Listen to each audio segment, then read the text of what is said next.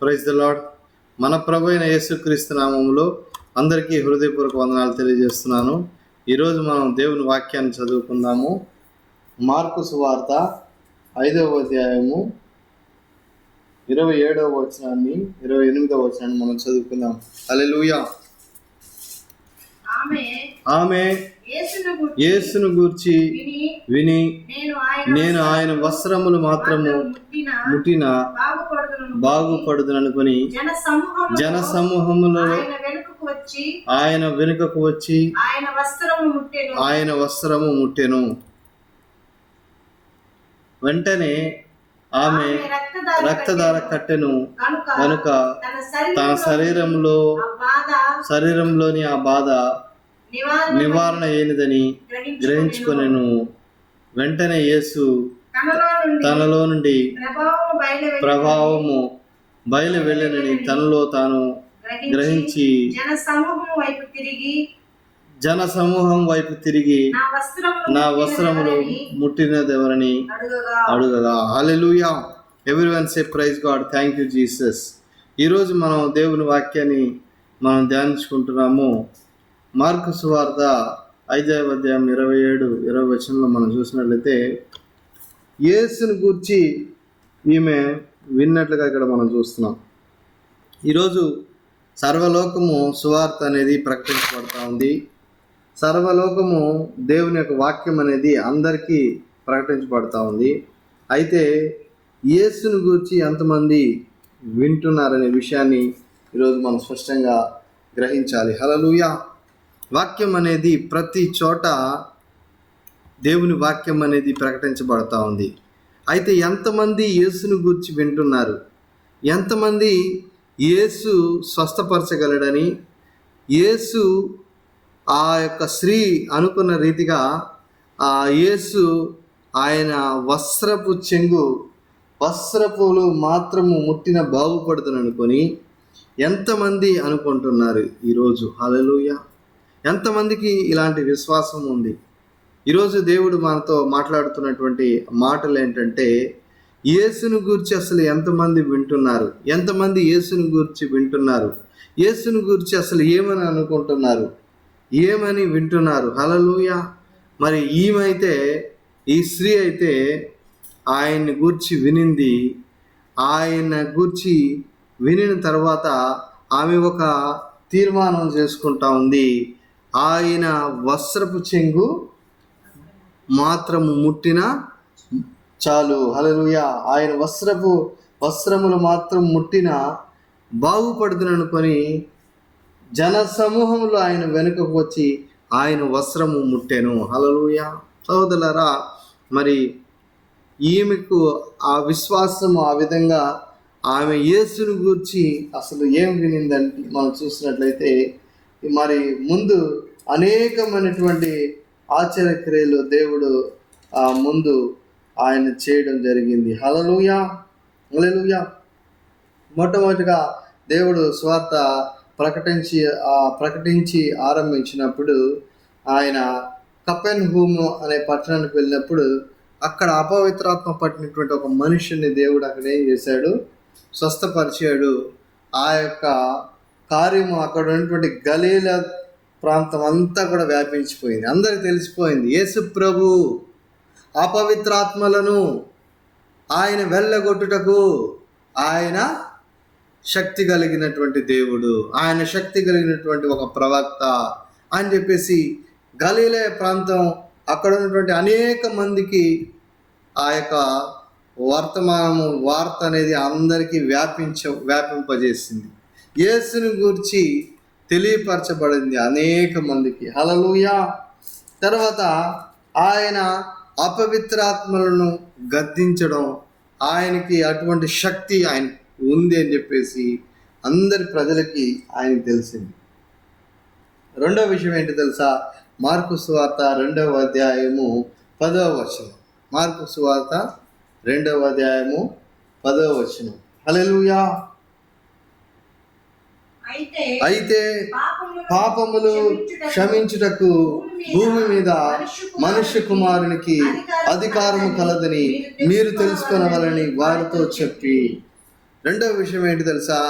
ఈయన అపవిత్రాత్మలను గద్దించడం మాత్రమే కాకుండా, స్వస్థపరచడం మాత్రమే కాకుండా, అపవిత్రాత్మల నుండి ప్రజల్ని విడిపించడం మాత్రమే కాకుండా, ఈయనకి ఒక గొప్ప అధికారం ఉంది. అది ఆయన గూర్చి అందరికీ కూడా తెలియపరచబడింది. ఏంటి అధికారం అంటే, పాపములు క్షమించుటకు భూమి మీద మనుష్య కుమారునికి అధికారం కలదని మీరందరూ తెలుసుకోవాలని చెప్పాడు. పాపములు క్షమించడానికి ఈయనకి అధికారం ఉంది అనే మాట ఈ యొక్క స్త్రీ ఆయన్ని గురించి వినింది. హల్లెలూయా. తర్వాత యేసు ప్రభు మరి పక్షవాయువు కలిగినటువంటి మనుషుల్ని స్వస్థపరిచాడు.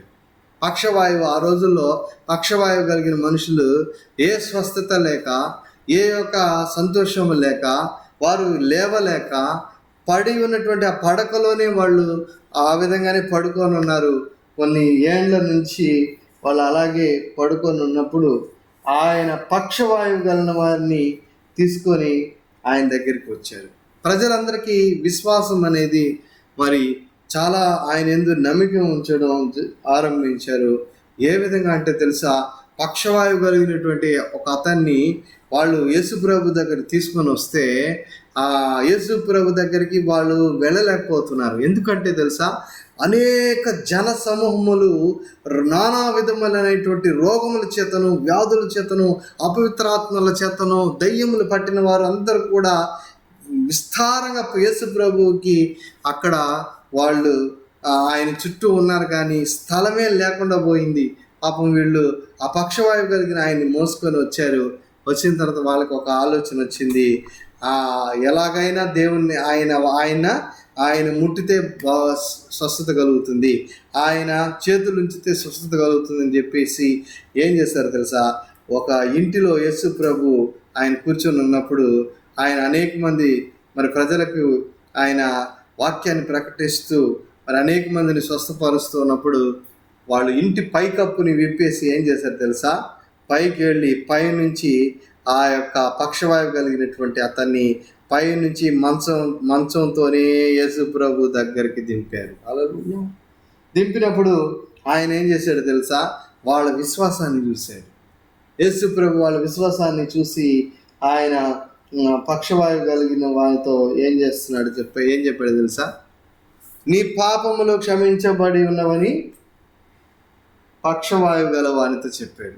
కాబట్టి ఈరోజు అందరికీ ఒక ప్రశ్న ఏంటంటే, మనం అందరూ కూడా ఆలోచింపజేసుకోవాల్సిన ప్రశ్న ఏంటంటే, అతనికేమో పక్షవాయువు అని కలిగి ఉంది, అతను ఎంతో వేదన పడుతున్నాడు, శరీర సంబంధమైనటువంటి ఆ స్వస్థత కోసం వాళ్ళందరూ కూడా పాకులాడుతున్నారు. అయితే దేవుడు ఆత్మ సంబంధమైనటువంటి స్వస్థతని ఫస్ట్ ఆయన వాళ్ళకి అనుగ్రహిస్తున్నాడు. ఈ విషయాన్ని మనం గ్రహించాలి. యేసు ప్రభు దగ్గరకు వచ్చినప్పుడు మొట్టమొదట అవసరమైంది ఏది, వాళ్ళకి అవసరమైంది ఏది, వాళ్ళకి మరి ముఖ్యమైనది అని చెప్పేసి దేవుడు ఎరిగి ఏం చేశాడు? ఆ పక్షవాయువు కలిగిన వానితో ఏం చెప్తాడు తెలుసా? కుమారుడా, మరి యేసు వారు విశ్వాసం చేసి, కుమారుడా నీ పాపములు క్షమింపబడి ఉన్నవి అని చెప్పాడు. కాబట్టి మరి పాపములు క్షమించడానికి వాళ్ళందరూ ఏమనుకుంటున్నారు తెలుసా? ఈయన ఎవరు? పాపములు క్షమించడానికి దేవుడికి ఒక్కడికే కదా అధికారం ఉన్నది. ఈయన పాపములను క్షమించడం ఏంటి? ఈయన అసలు దేవదోషం చేస్తున్నాడు. ఈయన అసలు ఎలాగ పాపములను క్షమించగలడు? ఈయన అసలు ఒక మనుష్య కుమారుడు కదా. ఈయన అసలు మన వలే మనుషులు రూపంగా పుట్టినటువంటి ఒక మానవుడు కదా. మరి ఈయన ఇలాంటి మాటలు ఎలా చెప్పగలుగుతున్నాడు అని చెప్పేసి అక్కడ ఉన్న వారందరూ కూడా శాస్త్రుల పరిచయాలకి వాళ్ళకి ఆ యొక్క మాటలు, ఆయన చెప్పే మాటలు వాళ్ళకి ఏ మాత్రం కూడా వాళ్ళు ఒప్పుకోలేకుండా, వాళ్ళ హృదయంలో వాళ్ళు ఏమాత్రం ఒప్పుకోలేకుండా దేవదోషం చేస్తున్నాడు ఈయన అని చెప్పేసి ఆయన మీద మరి నిందలు వేస్తున్నారు. హల్లెలూయా, హల్లెలూయా. అయితే యేసు ప్రభువుకి ఆ యొక్క వ్యక్తికి కావాల్సింది ఏంటి? అతడు మరి పక్షవాయువుతో అతను పడుకొని ఉన్నాడు. ఆ పక్షవాయువుని స్వస్థపరచడం అనేది అది చాలా తేలికైన పరిస్థితి.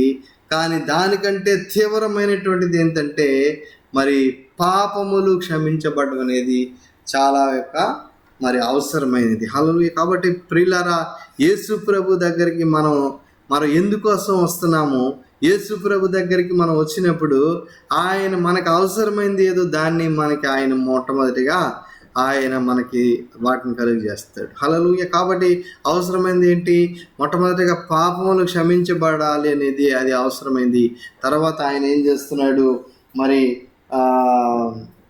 పక్షవాయువు గలవానితో ఏం చెప్పాడు తెలుసా? 9వ వచనంలో, మార్కు సువార్త 2వ అధ్యాయం 9వ వచనంలో, నీ పాపములు క్షమింపబడి ఉన్నవని చెప్పుట సులభమా? నీవు లేచి నీ పరుపెత్తుకొని నడుమని చెప్పుట సులభమా? హల్లెలూయా. నీ పరుపెత్తుకొని నువ్వు లేచి నడు అంటే ఏంటి? ఆయనకి ఆ పక్షవాయువు నుండి స్వస్థత కలుగుతుంది అంతే. కానీ పాపములు ఎవరు క్షమిస్తారు? అతని పాపములు క్షమించితేనే కదా అతనికి ఆశీర్వాదము, అతనికి అభివృద్ధి అనేది కలుగుతుంది. కాబట్టి దేవుడు ఏం చెప్తున్నాడు? ఏది సులభం?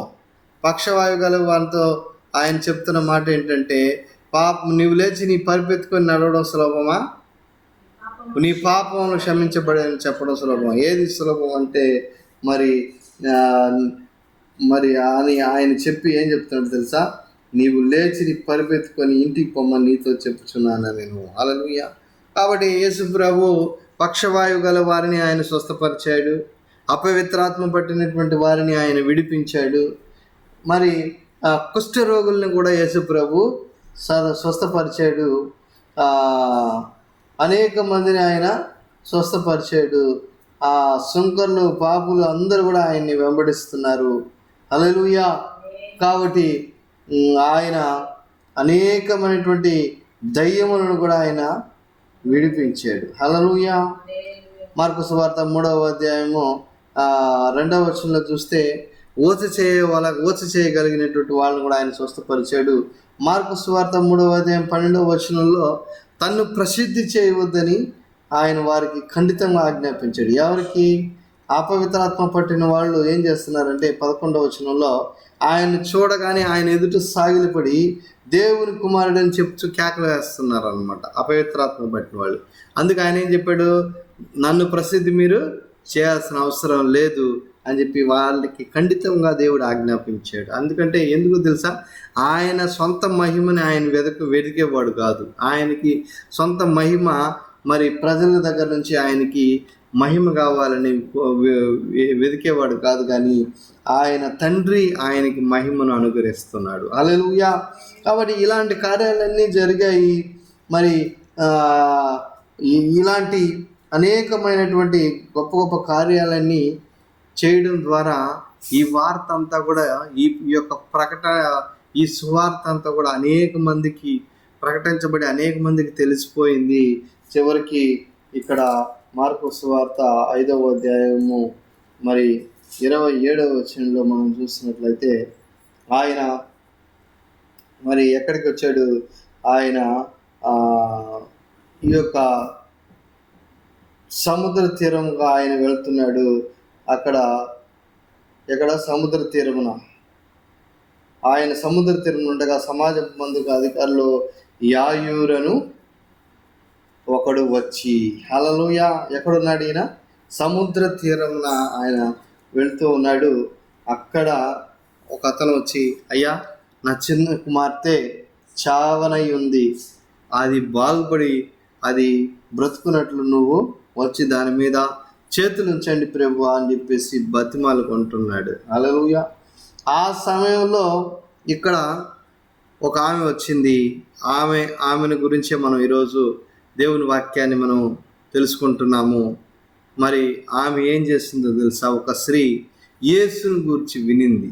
ఈరోజు అందరికీ దేవుడు వేస్తున్నటువంటి ప్రశ్న ఏంటంటే, మనలో ఎంతమంది యేసుని గురించి వింటున్నాము?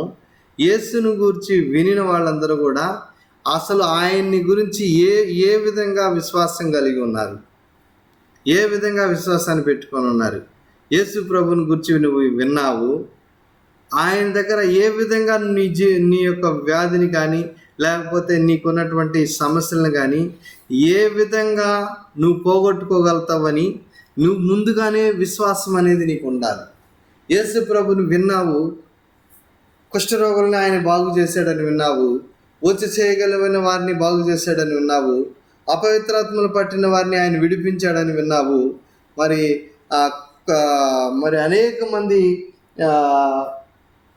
అనేక మంది గుడ్డివారు కానీ కుంటివారు కానీ ప్రతి వారు కూడా వాళ్ళు స్వస్థత పొందడం నువ్వు అనేక మందిని గురించి వింటున్నావు. కానీ ఈ స్త్రీకి ఉన్నటువంటి విశ్వాసం ఏంటో తెలుసా? ముందుగానే ఆమెకి స్వస్థత కలుగుతుందని ఆమె విశ్వాసం ఉంచిన అటువంటి ఒక స్త్రీ. హల్లెలూయా. ఈరోజు యేసుని గురించి విన్నప్పుడు యేసు దగ్గరికి చాలామంది వస్తుంటారు. ఆయన దగ్గరికి వెళితే మనకి స్వస్థత కలుగుతుంది అని విశ్వాసంతో రావాలి. హల్లెలూయా. ఆయన దగ్గరికి వెళితే, ఆయనకు ప్రార్థన చేస్తే ఆయన సమాధానం ఇస్తాడు, ఆయనకు మొర్ర పెడితే ఆయన ప్రార్థన అంగీకరిస్తాడు. ఈ విశ్వాసం మనకు ఉన్నట్లయితే నిశ్చయంగా ప్రభావం అనేది ఆయనలో నుండి మనకు వస్తుంది. హల్లెలూయా.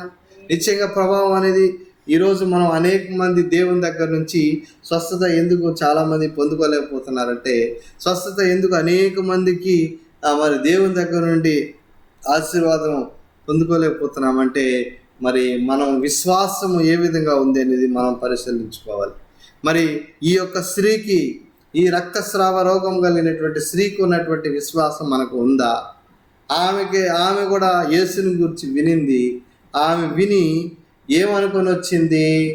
ఆయన వస్త్రములు మాత్రం నేను ముట్టితే, కనీసం చేతులు ఉంచాలని కూడా అనుకోలేదు ఆయన. వస్త్రములు మాత్రం నేను ముట్టితే చాలు. హల్లెలూయా. వస్త్రములు మాత్రం నేను ముట్టితే చాలు, నేను బాగుపడదు అనుకొని. అంటే ముందే ఆమె ఏం చేసింది? యేసు ప్రభు దగ్గర రావడానికి ముందే నేను బాగుపడతాను, నేను స్వస్థత పొందుకుంటాను, నేను ఆయన దగ్గరికి వెళ్ళి ఆయన వస్త్రపు చెంగు మాత్రమే ముట్టితే చాలు, నేను బాగుపడతాను అని చెప్పి అనుకొని యేసు దగ్గరికి వచ్చేవాళ్ళు ఈరోజు ఎంతమంది అని మనం ఒకసారి ప్రశ్నించుకోవాలి. హల్లెలూయా. ఎంతమంది యేసుని గురించి వింటున్నారు? యేసుని గురించి అసలు ఏమని వింటున్నావు? యేసుని గురించి ఏమని మనం వింటున్నాము? వినిన మనము యేసు దగ్గర, ఆయన దగ్గరికి వచ్చి స్వస్థత పొందుకోవడానికి, లేకపోతే ఆయన దగ్గర మన పాపములను ఏం చేయాలి? క్షమించుకోవడానికి, మన పాపం నుంచి విడిపించడానికి యేసు ప్రభు ఆయన శక్తిమంతుడు, సమర్థుడని, నేను ఆయన దగ్గరికి వెళితే ఖచ్చితంగా నా పాపములను క్షమిస్తాడు అనే విశ్వాసం ఉందా? ఆ విశ్వాసం కలిగి నువ్వు దేవుని దగ్గరికి వస్తున్నావా?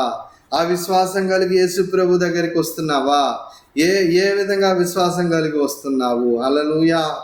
మరి విశ్వాసం లేకుండానే మరి యేసు ప్రభు దగ్గరికి మనం ఎలాగా మరి వచ్చి ఆయన దగ్గర ఆశీర్వాదం ఎలాగ మనం పొందుకోగలుగుతాం? హల్లెలూయా. కాబట్టి సోదరులారా, ఈరోజు మనం అందరూ కూడా నేర్చుకోవాలి. యేసుని గూర్చి విని ఆయన దగ్గరికి వచ్చేటప్పుడే ముందుగానే మనం ఏం చేయాలి? నా యొక్క ప్రార్థన ఆయన ఆలకించి నన్ను విడిపిస్తాడనే విశ్వాసంతో రావాలి. నేను బాగుపడతాననే విశ్వాసంతో ఆ రక్తస్రావం కలిగిన స్త్రీ వచ్చింది. ప్రియులారా, ఈరోజు యేసుని గురించి విన్న నీవు ఏ విధమైన విశ్వాసంతో నువ్వు వస్తున్నావు? నిశ్చయంగా ఈరోజు దేవుడు నీతో మాట్లాడుతున్నాడు. ఆ స్త్రీకి ఉన్నటువంటి విశ్వాసం నీకు ఉన్నట్లయితే ఈ రాత్రే దేవుడు నిన్ను స్వస్థత కలుగు చేయబోతున్నాడు. అది ఎటువంటి వ్యాధి అయినా సరే, అది ఎటువంటి యొక్క రోగమైనా సరే, అది ఎటువంటి సమస్య అయినా సరే, అది ఏలాంటి ఒక మరి ఎటువంటి ఒక పరిస్థితి అయినా సరే, ఈరోజు రాత్రి దేవుడు నీతో, నాతో, అందరితో దేవుడు మాట్లాడుతున్నటువంటి మాట ఏంటో తెలుసా? ఆ యొక్క రక్తస్రావం రోగం కలిగినటువంటి స్త్రీకి ఉన్నటువంటి విశ్వాసము నీకున్నట్లయితే ఈరోజు రాత్రి నీ యొక్క వ్యాధులను, నీ యొక్క మరి సమస్యలను ఆయన బాగు చేయును అని చెప్పే విశ్వాసం నీకుంటే నిశ్చయంగా ఆయన నీకు సమస్తమును చేయగలుగుతాడు. నిశ్చయంగా ఈ రాత్రి ఆయన నీ యొద్ద నుండే వాటన్నిటిని తొలగించబోతున్నాడు. నీకు విశ్వాసం ఉన్నట్లయితే ఆయన చేయగలడని, ఆయన సమస్తం చేయగలడని, ఆయనకి అధికారం ఉందని, పాపములు క్షమించడానికి ఆయనకు అధికారం ఉందని నువ్వు విశ్వసించి నేను ఆయన యొద్దకు వెళ్ళినట్లా ఆయన యొద్దకు నేను వచ్చినప్పుడు నిశ్చయంగా నేను నా పాపములు క్షమించబడతాయి. నేను యేసు దగ్గరికి వెళితే నిశ్చయంగా నా పాపములు క్షమించబడతాయి. యేసు దగ్గరికి వెళితే నిశ్చయంగా నా రోగం స్వస్థత పొందుకుంటాను, నిశ్చయంగా నేను బాగుపడతాను అని అనుకొని విశ్వాసం ఈరోజు నీకుంటే ఈరోజు దేవుని వలన మనం స్వస్థత పొందుకోబోతున్నాము. దేవుని వలన మనం ఆ శక్తిని పొందుకోబోతున్నాము. దేవుని వలన మనం ఆ యేసు క్రీస్తు వలన మన పాపములు ఈరోజు దేవుడు క్షమించి మనల్ని పరిశుద్ధులుగాను నిర్దోషులుగాను ఆయన చేయబోతున్నాడు. హల్లెలూయా. అందరి కరముల తోటి దేవుని నామమును మహిమపరుస్తాం. కాబట్టి ఈరోజు దేవుని వాక్య సందేశం ఏంటో తెలుసా? ఆమె యేసుని గురించి వినింది. మరి ఈరోజు నీవు నేను యేసుని గురించి ఏమని విన్నాము? హల్లెలూయా. పరిశీలన చేసుకున్నాం. ఆమె వస్త్రపు చెంగు మాత్రం నేను ముట్టితే బాగుపడతాను అనుకునింది. మరి ఈరోజు నీవు నేను ఏమని అనుకుంటున్నాం? అటువంటి విశ్వాసం కలిగి దేవుని దగ్గరికి వస్తున్నామా? ఎటువంటి విశ్వాసంతో మనం ఈరోజు దేవుని దగ్గరికి వస్తున్నాము? విశ్వాసం లేకుండానే ఆయన దగ్గరికి మనం ఎలా రావాలి? కాబట్టి విశ్వాసం లేకుండా మరి దేవునికి ఇష్టడై ఉండడం అసాధ్యము. కాబట్టి సహోదరులారా, ఇటువంటి విశ్వాసాన్ని మనం వెంబడిస్తాం. మరి ఇటువంటి పరిశుద్ధ గ్రంథంలో రాయబడినటువంటి ఈ యొక్క ఆ ప్రకారము మనం వెంబడించినట్లయితే, నిశ్చయంగా దేవుణ్ణి వేడుకున్నట్లయితే ఆయన నిశ్చయంగా ఏం చేస్తాడు? స్వస్థత మనకి అనుగ్రహిస్తాడు. హల్లెలూయా. కాబట్టి మనం ఏం చేయాలంటే మరి విశ్వాసం అనేది కలిగి ఉండాలి. ఈరోజు మరి ఈ విధంగా విశ్వాసం కలిగి స్వస్థత పొందుకున్నటువంటి స్త్రీని గురించి మనం ఇప్పుడు తెలుసుకున్నాము. అయితే కొంతమంది ఉన్నారు, మరి వారిని గురించి మనం తెలుసుకుందాం. ఇలాంటి ప్రజలు ఉంటే వాళ్ళకి ఏమాత్రం స్వస్థత కలగదు. వాళ్ళు ఎవరో మనం ఈరోజు తెలుసుకుందాం. హల్లెలూయా. మార్కు సువార్త 6వ అధ్యాయము హల్లెలూయా 6వ అధ్యాయము 2వ వచనము 3వ వచనం. హల్లెలూయా.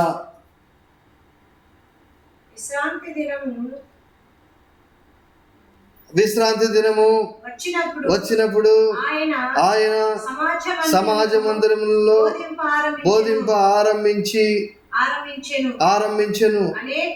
అనేకులు ఆయన బోధ విని ఆశ్చర్యపడి ఈ సంగతులు ఇతనికి ఎక్కడ నుండి వచ్చెను, ఇతనికి ఇయ్యబడిన ఈ జ్ఞానం ఎట్టిది, ఇతని చేతుల వలన ఇట్టి అద్భుతములు చేయబడుచున్నవి, ఇదేమి ఇతడు మరియ కుమారుడు కాడా?